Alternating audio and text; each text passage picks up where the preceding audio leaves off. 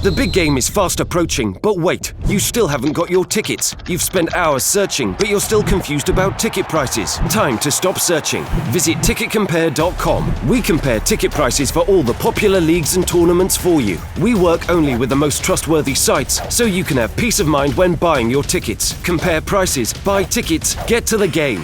Ticketcompare.com. Buying tickets made simple.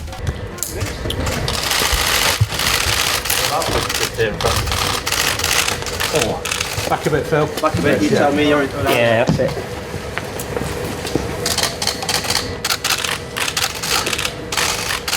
You take a step to your left for us, please, Phil. Perfect, thank you. Phil at this one.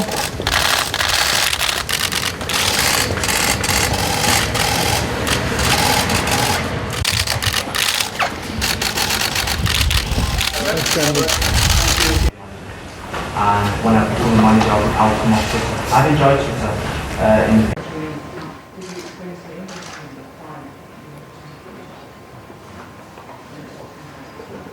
Take over the third best team in the world, but there's still a lot of work to be done. And I think the scrutiny and the expectation levels now. I'm in a really lucky position because when the announcement was made on Tuesday.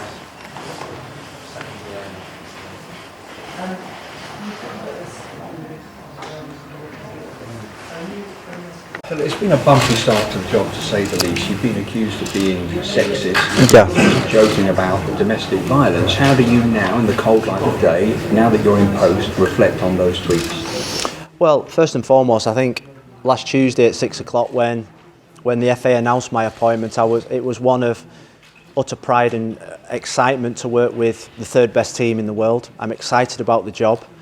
I'm disappointed with the words that I used in 2011 and 2012. It's why on Wednesday I issued an apology.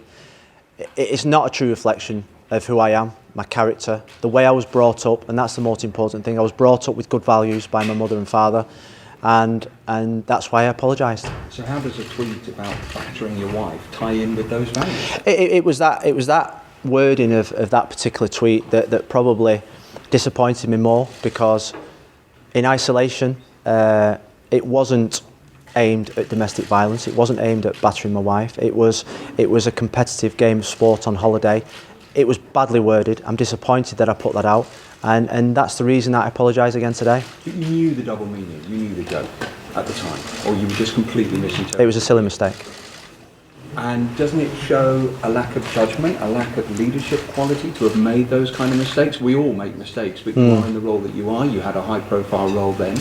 Yeah, well, I was Everton captain at the time, and I think one of my main qualities at Everton was that I was always remembered as a good leader, and it's one of the qualities that Sue Campbell saw in me when she approached me for this job as the head coach of the women's national team.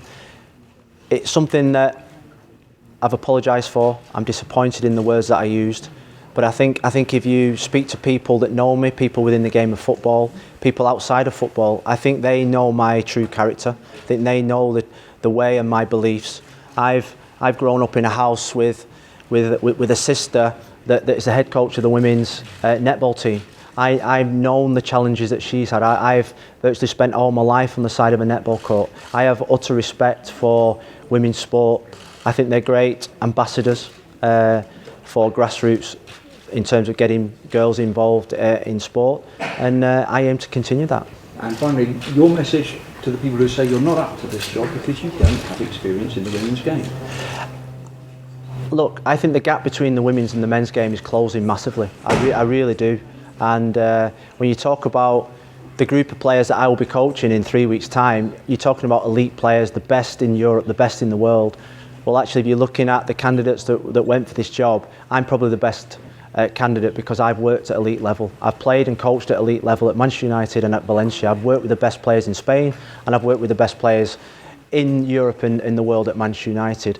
Do I know what it's like to work at the top level? Yes, I've worked at the biggest and best club in the world under immense pressure and scrutiny. This is what this job is about. So in terms of experience, I don't go along with the fact that people say I don't have that kind of experience. So whether it's on the pitch or on Twitter, you can take the pressure, you can take the kickback. Sorry. Whether it's on the pitch or on things like Twitter, you can take the thing is now is that I want to be judged by the performances of my players, by the style in which my players and my team is playing, by the results on the field, by the fact that can we go to a World Cup now, can we go to Olympic Games, can we go to a European Championships and win? And that's the thing now. This team wants to win, it's ready to win, and it's my job to lead this team in those goals. Congratulations on your appointment. Thank you. Why did you want the job? I think the opportunity to be a head coach of a national team is a fantastic opportunity. To work with the third best team in the world, not many coaches get that kind of opportunity. To work with a team, I think when you want to go into management, there are certain qualities that you look for. You want a team that's driven, that's great professionals, that got great attitude. I think I've got those qualities in this group of players.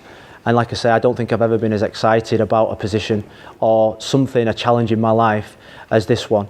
It's a challenge where we have to win. I'm not coming in to this job to finish second, third, fourth or fifth.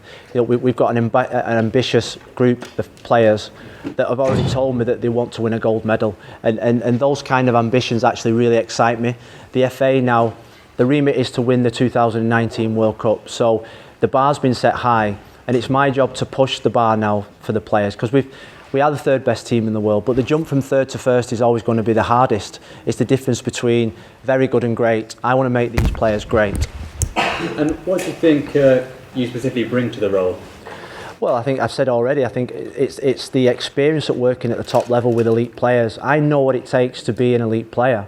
I know the sacrifices and the training and the determinations that's needed and the hard work, more importantly.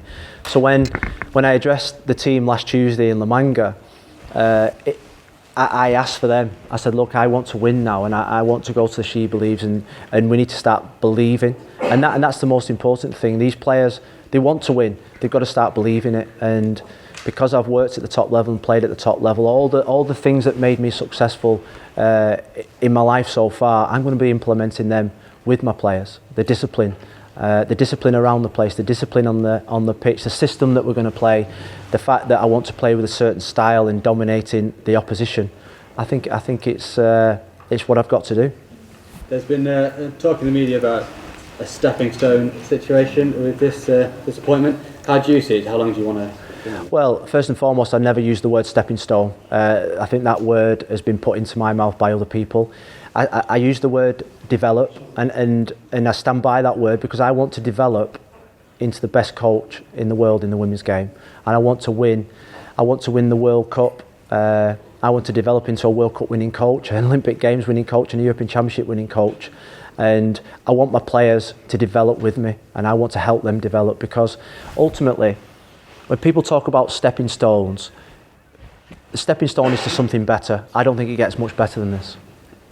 Thank you. Phil, can you tell us a bit about the interview process? Because apparently there was candidates that went into three figures before they whittled it down to you. Was it a lengthy process? For me, the interview process was pretty stringent. Sue Campbell just didn't come to my house and bring a contract and say sign it there. I had to go through 6-7 hour interview in front of Sue, in front of the FA board. I took up stringent psychometric testing, which was 4, 5, 6 hours. It took two weeks of testing, of interviews, of presentations, and then ultimately at the end of it, Sue said that the job was mine. And if anybody knows Sue Campbell, she just doesn't give things out easily. She's a strong woman, and I'm lucky to have her on my side. And like I say, she doesn't give presents out easily.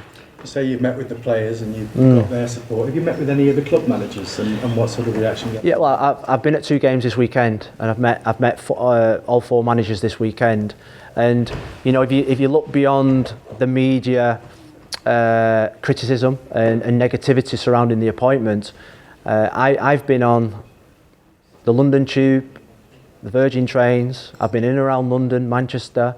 I've been at 2 games this weekend, and not one person has come up to me with a negative voice. Everyone seems to be as excited as I am. I had mums coming up to me yesterday saying how excited they are that one day hopefully that I can coach their daughter.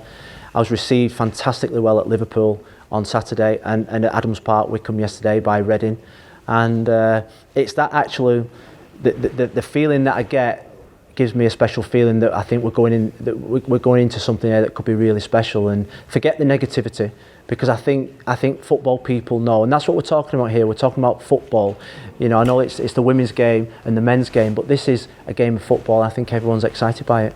And finally, have you appointed a backroom team yet? Are you going to continue to use the staff that's already there? Or? Well, a lot of the staff that are in place, I'll be utilising. These are staff that have got great experience in European and world tournaments.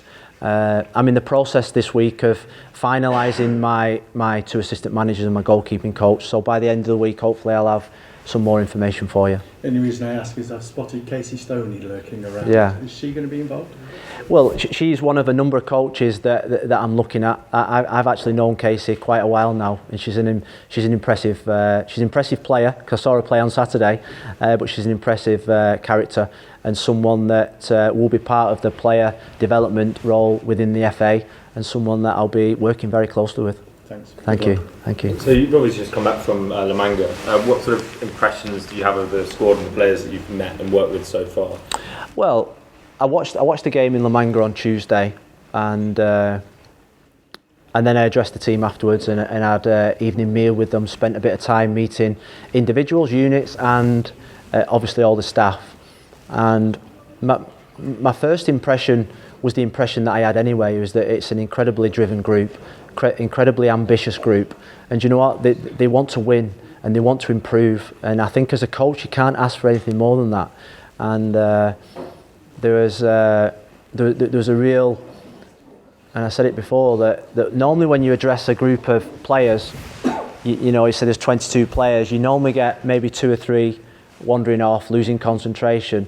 I kept looking round at the 29, 30 players that were in front of me, and they were looking me right in the eye, and it was a real good feeling that they're with me, that they're with me in this appointment, and they're with me on this journey. And to ultimately, it's about the players now. It's about the players. I'm the manager, and I want to guide them, and I want to make sure that I give them the best platform to perform. But ultimately, we've got a fantastic group of players that want to become the best in the world. And I think when you talk about an England team, whether it's male or female, we've got the opportunity to become the best in the world, and I think everyone should get behind that. And I know there's a lot of people turned out today. I just hope that the people that are here today come on the journey with us, because if this is the kind of reaction, passion that people have got from the women's game, then I think the women's game's going to a special place. So how impressed have you been over the past few years in the way that the women's game has developed and has come on? Hey, look, the gap is closing massively between the women's and the men's game, technically and tactically. Physically, I think physically is a big thing. The gap is closing. I now see WSL games, particularly the ones that I've seen this weekend. The style of football is no different than the men's game. The attitudes, the professionalism, I think it's better, and I've got to say that I think it's better. And when you see former England players, legends of the women's game, now analysing Premier League games on the men's side and League One, League Two, Championship games, I think that shows how far the game has come. Now that when you switch on BBC, Sky and BT, you've now got prominent female players commentating and analysing Premier League games. There's never one bit of my thinking that they shouldn't be doing that, because you know what, they're every bit as good as the male pundits. They've got equally as good knowledge, and I think it shows how far that the women's game's come. Yeah, and just in terms of sort of this squad and you yourself, like what responsibility do you feel that you have in sort of helping the women's game continue to grow and encouraging more girls to play football and that kind of Yeah, it's a big part of my role. The main part I would have thought is to win football games, and it should be for any manager. But ultimately, I want to help develop the next best female coaches in this country. So when we come round to this process again, we have the best candidates going for the job.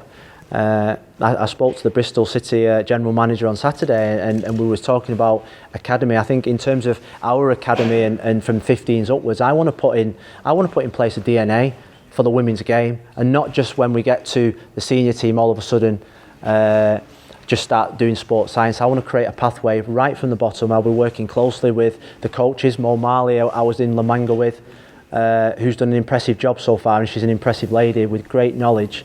I want to be working closely with the coaches in the youth teams, in the development squads, to make sure that there's a fantastic pathway going through, and that means I will be opening up my doors to all in the FA system and in the women's game. Okay, great. Thanks very much. Are you telling him to?